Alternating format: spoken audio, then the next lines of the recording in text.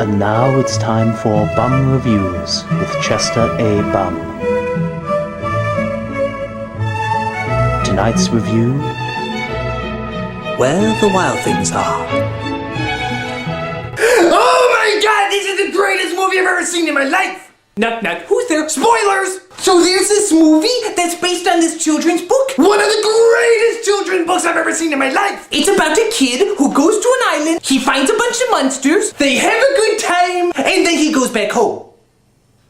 It was incredible! Why can't more children's books be that way? It was simple, not complicated. Unlike that other book, Green Eggs and Ham. Oh wait, that was my dinner. So in the movie, there's this boy, and he declares himself king of the monsters. And I'm like, no you're not, you don't look anything like Godzilla. So he gets in an argument with his mommy. If by argument you mean Biting her neck? I bit someone's neck once. you know the president is not a good sport. So the mother tries to punish him and send him to his room. So the kid does the only sensible thing he can think of. He climbs in a boat and sails away to an island full of monsters! And so he comes across all the monsters there, and one of them is voiced by Tony Soprano! And he's like, Grr, yo, I'm a monster, you got a problem with that? if you do, I'll friggin' eat you! He's a mobster monster! So the monsters declare the little kid the king of the monsters, and they're like, what's our first order of business, king? And the kid is like, Do stuff! hooray! So they run around doing stuff, but then the kid is like, Let's do bigger stuff! hooray! So they build a giant Death Star made out of toothpicks, and one of the monsters is like, I want you to meet Bob and Terry! and it turns out Bob and Terry are these two owls from Harry Potter, and everybody loves them except Except for the soprano monster. he's like, Nah, I don't like these two pigeons. I think they should be whacked. But Bob and Terry defend their case.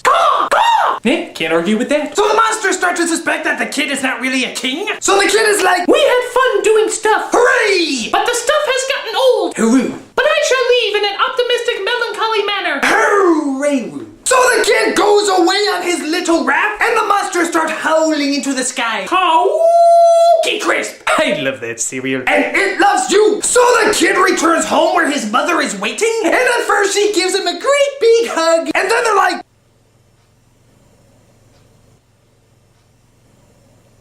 the end! So you might be wondering, what's the moral of the story, kids? The moral of the story is, Deal with it! Just deal with it! your family's not perfect. Deal with it! You're trapped in an island with monsters. Deal with it! You live in a pine cone where people occasionally urinate on you and throw feces at you? Always saying that they left their change at home even though I see the paper a hooker just on the side of the street? A hooker that could pleasure them probably not nearly as well as I could? Deal with it!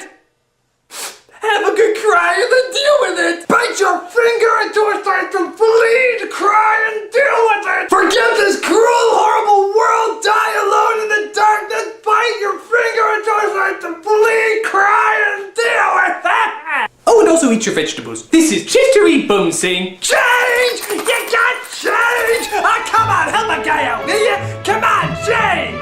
Come on, I can show you where the wild things really are! just don't have any cops around.